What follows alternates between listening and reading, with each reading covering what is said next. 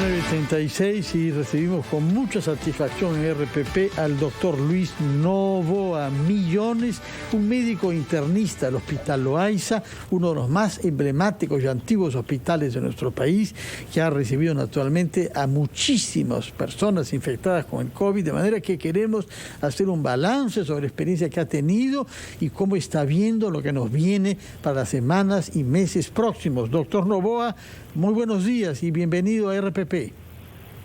Hola Fernando, ¿qué tal? Buenos días, qué gusto estar por aquí nuevamente. No, es un gusto conversar con usted porque sabemos lo que ha hecho y la tenacidad de la que ha dado prueba, doctor. Explíquenos, por favor, cuál es la situación que está usted observando actualmente en el Hospital Loaiza respecto a los pacientes que llegan con infecciones del COVID-19. En líneas generales, la tasa de concurrencia de los pacientes COVID ha bajado, como ustedes pueden verlo en los reportes diarios del MINSA, que hasta ahora tenemos. Todas las hospitalizaciones y los pacientes que acudían antes a los hospitales por COVID-19 se ha venido, ha bajado un porcentaje bastante notable, ¿no?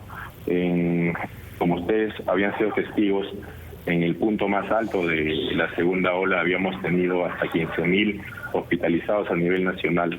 Ahora las hospitalizaciones bordean solamente los 3.000, es decir, un 30% de lo que teníamos en el ACME de la segunda ola. ¿Por qué no hay tercera ola? Digamos, esa es una pregunta directa, porque no porque queramos que haya, sino por encontrar una explicación que haga la diferencia con otras realidades, ¿no? Es una pregunta que todos han planteado y que nosotros como médicos también nos hemos planteado desde hace varias semanas. Esperábamos que venga entre agosto y septiembre. Sin embargo, parece que la seroprevalencia en el país es mucho más alta de la que teníamos conocimiento. Deben recordar ustedes que en diciembre del año pasado hubo un estudio que hizo el IMS, publicó el estudio de seroprevalencia, en el que reportó que el 40% aproximadamente de la población peruana ya había estado infectada por el coronavirus al final de la primera ola. En la segunda ola se infectó mucha gente, se infectaron familias completas, mucha gente susceptible entre 20 y 60 años, que son las personas que salen a trabajar diariamente, se contagiaban fuera de casa, llegaban a casa y contagiaban a toda la familia, ¿no? De toda la familia terminaban falleciendo muchas veces el abuelito, la abuelita y a veces el papá o la mamá o algún hermano cercano de edad mediana.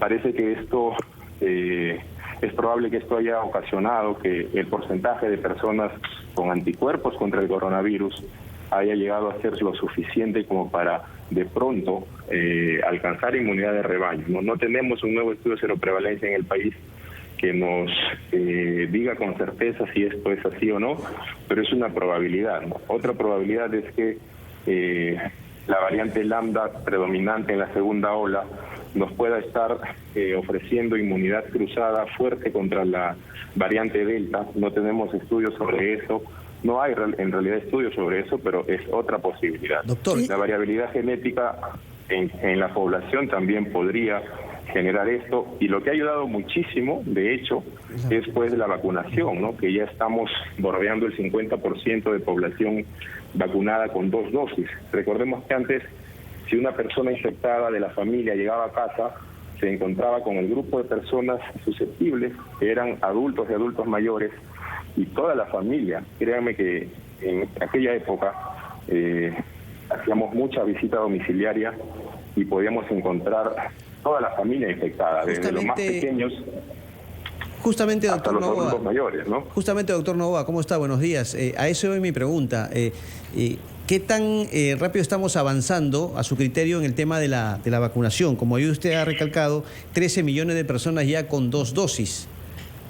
Tenemos 16 millones casi, ya estamos por el 48% de la población vacunada con 2 dosis, que lo hemos logrado en 7 meses, desde febrero que comenzamos, comenzaron vacunándonos a nosotros, ¿no? En la primera línea, el personal de salud hasta ahora, hemos avanzado casi en un 50%, entonces ese factor de vacunación, creo, más la seroprevalencia, es decir, el porcentaje de personas infectadas entre la primera y segunda ola, probablemente puede haber ocasionado que alcancemos inmunidad de rebaño y tal vez estemos en un punto en el que el virus, o al menos la infección por coronavirus en nuestro medio, podría haberse convertido en una endemia. En realidad, la comunidad nuestra, los médicos, preferimos no ser tan optimistas y estar siempre a la espera y estar en guardia contra lo que podría significar una tercera ola en los próximos meses, ¿no? Pero consideremos que en las últimas semanas es la primera vez en poco más de un año en que todo el país se encuentra en verde. Ustedes, acudimos a los datos que publica MINSA diariamente, los 24 departamentos del país están en zona de bajo riesgo, ¿no? Todo el país está en verde, no tenemos zonas de moderado, alto riesgo extremo desde ya hace 2 o 3 semanas más o menos, y esto es sostenible por lo menos hasta ahora, ¿no?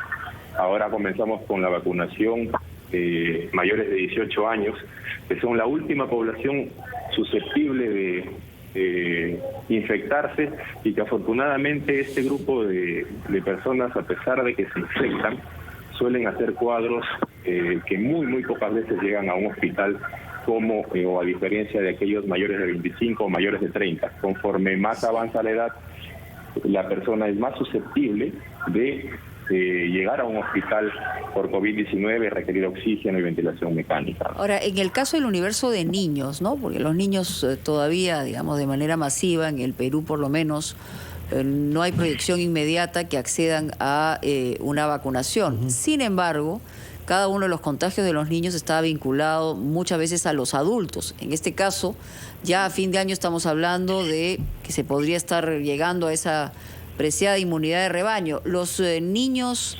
igualmente, cree usted, deben ser vacunados lo más pronto posible?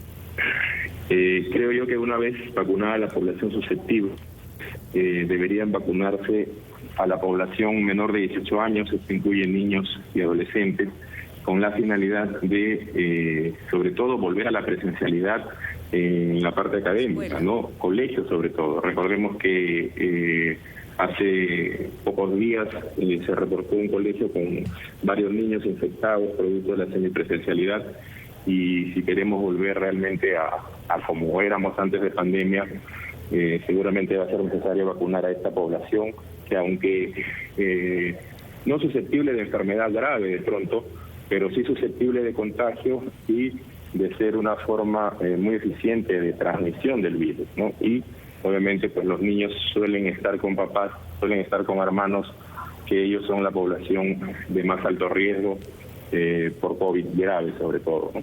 Permítanos, doctor Novoa, ir a unos instantes con los anunciantes de RPP, después de los cuales queremos preguntarle cuál es el perfil de los pacientes que llegan a Loaiza y a los otros lugares que usted conoce con infecciones. ¿Qué edad tienen? ¿Están vacunados o no?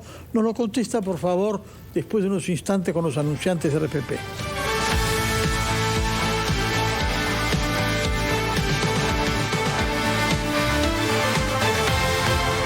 48, estamos conversando con el doctor Luis Novoa, internista del Hospital Loaiza, que nos está haciendo un balance de la experiencia que ha tenido recibiendo personas infectadas con el virus del coronavirus. Y la pregunta que había quedado planteada es, ¿quiénes son? ¿Cuál es el perfil de los que están llegando ahora? Son pocos, pero llegan infectados. ¿Qué edad tienen? Y sobre todo, si han sido vacunados o no. Sí, mira, Fernando, si hay algo que comentamos mucho entre los médicos que nos desempeñamos en un área hospitalaria y estamos en contacto con pacientes COVID, es que ahora, desde hace 2 o 3 meses probablemente, el grueso de los pacientes que llegan a internarse, hospitalizarse por neumonía COVID, son pacientes no vacunados en realidad, ¿no? Probablemente más del 80 o 90% de ellos son pacientes no vacunados, y son pacientes entre 30 y 60 años, y en algunas ocasiones hemos preguntado por qué no se vacunaron, ¿no? ¿Qué pasó? Sí. Señor, señora, ¿qué pasó si ustedes ya tenían la vacuna disponible, ¿no? Y la respuesta es similar, son cuestiones idiosincráticas de cada persona, de información inexacta, información falsa de pronto sobre las vacunas. ¿Por razones religiosas o vinculadas esas respuestas a temores, a miedos y a información más falsa. Temores. Temores, inexacta, como que la vacuna les podría provocar. Hay teorías conspirativas, en realidad, que es lo que más nos llama la atención, ¿no? Podría parecer curioso, pero son muchas teorías conspirativas que tienen estas personas, o de pronto siguen estas teorías conspirativas y creen que la vacunación puede estar detrás de algo más grande sobre el dominio del mundo. Muy pocas creencias religiosas. Sí, Alguna persona me dijo, doctor, a un amigo le administraron una vacuna y se pegó algo en el brazo y parecía que tenía un imán. Entonces, cosas de ese tipo más en realidad, ¿no? Doctor Novoa, ¿y qué tan importante va a ser la implementación de una tercera dosis, la dosis de refuerzo en la población? Por lo pronto ya los médicos y la población, adulta mayor, va a ser favorecida con esta dosis de refuerzo, pero hablo ya en términos generales a la población, si el gobierno debe acelerar esta posibilidad.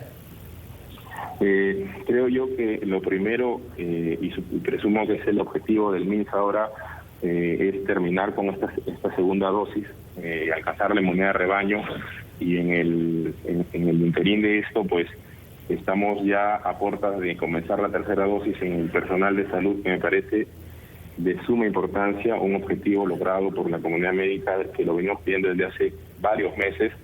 Y pues la tercera dosis para la población definitivamente creo que va a ser necesaria. Ya son muchos los estudios que han demostrado que la vacunación nos ofrece inmunidad protectora por no más de 8 meses.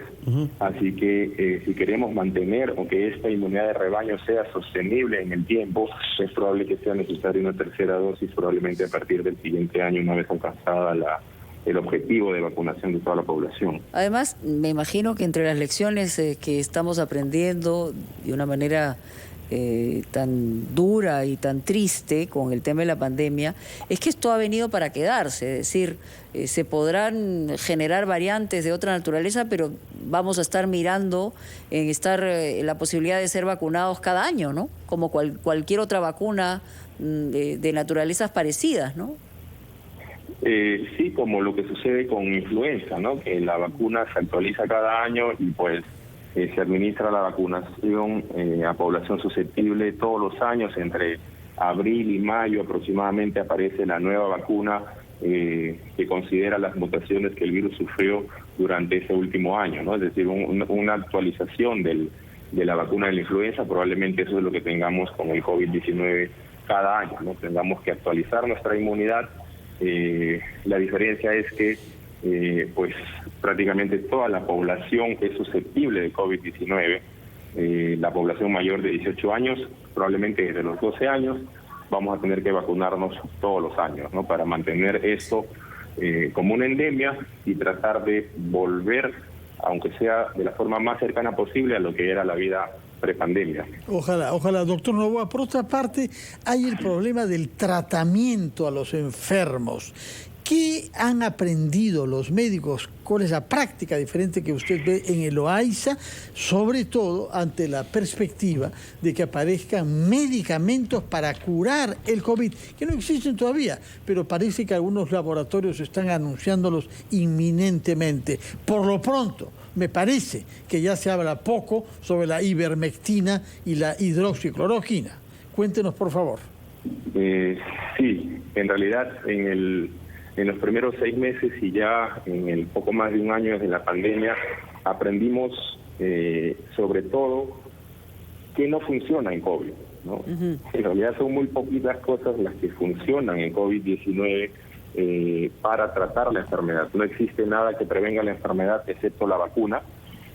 Una vez establecida la infección, lamentablemente no tenemos ningún arma que nos cure la infección al 100%, vale decir, si a alguien de ustedes, no sé, se le infecta la uña, se inflama, le damos un antibiótico y en 4 o 5 días la infección está resuelta. Claro. Eso no sucede con el COVID, ¿no? Lamentablemente no tenemos un medicamento que una vez el paciente infectado podamos administrar y la infección se resuelva sin que pase a mayores. Además, depende de cada sistema, ¿no? Inmunológico, porque no responde igual. Cada persona es diferente, si cada persona es así, que hemos tenido les contaré que hemos tenido pacientes que eran o fueron atletas de élite en activos y han hecho cuadros muy graves, que han terminado el ventilador mecánico. Hemos tenido pacientes de edad muy avanzada con cáncer que han hecho cuadros muy leves. Obviamente, si estos pacientes hacen un cuadro grave, van a tener mucho más riesgo de fallecer que aquellos que no tienen factores de riesgo. Pero bueno, hidroxicloroquina y acitromicina fueron de los primeros fármacos que intentamos usar tratando de resolver la infección, pero que no funcionaron. Lamentablemente, luego de algunos meses, pues salieron muchos estudios que no encontraron beneficio alguno de esto. A pesar de eso, se siguieron usando durante algunos meses, pero actualmente ya no los usamos. En realidad, ivermectina también fue un medicamento que de pronto, incluso cuando recién salieron estos reportes de un presunto beneficio, se usó en algún momento. No lo usamos, creo yo, la gran mayoría de médicos, se incluyo en eso, pero pasó muy poco tiempo para darnos cuenta de que en verdad eso no funcionaba y dejamos de usarlo, ¿no? Hay fármacos bueno, como las lecciones de la pandemia, hay que estar siempre atentos, alerta, estamos en mejor disposición hoy, pero eventualmente puede venir una tercera ola, ¿no es cierto? Correcto. Tenemos mayor capacidad hospitalaria, creo yo, para poder dar soporte a un brote que podamos tener en los próximos meses. La capacidad hospitalaria se vería desbordada, creo, si tenemos contagios como en la segunda ola. Sí, claro.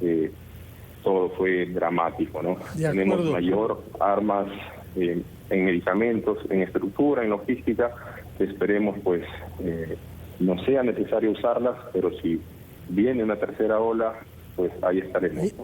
Ahí estarán ustedes. Muchísimas gracias, doctor Novoa, del Hospital Loaiza, y felicitaciones por el trabajo hecho a lo largo de estos últimos 19 meses. Que tenga usted muy buenos días, doctor. Muchas gracias, Fernando, Mónica. Buen día, hasta pronto. Gracias, nos vamos a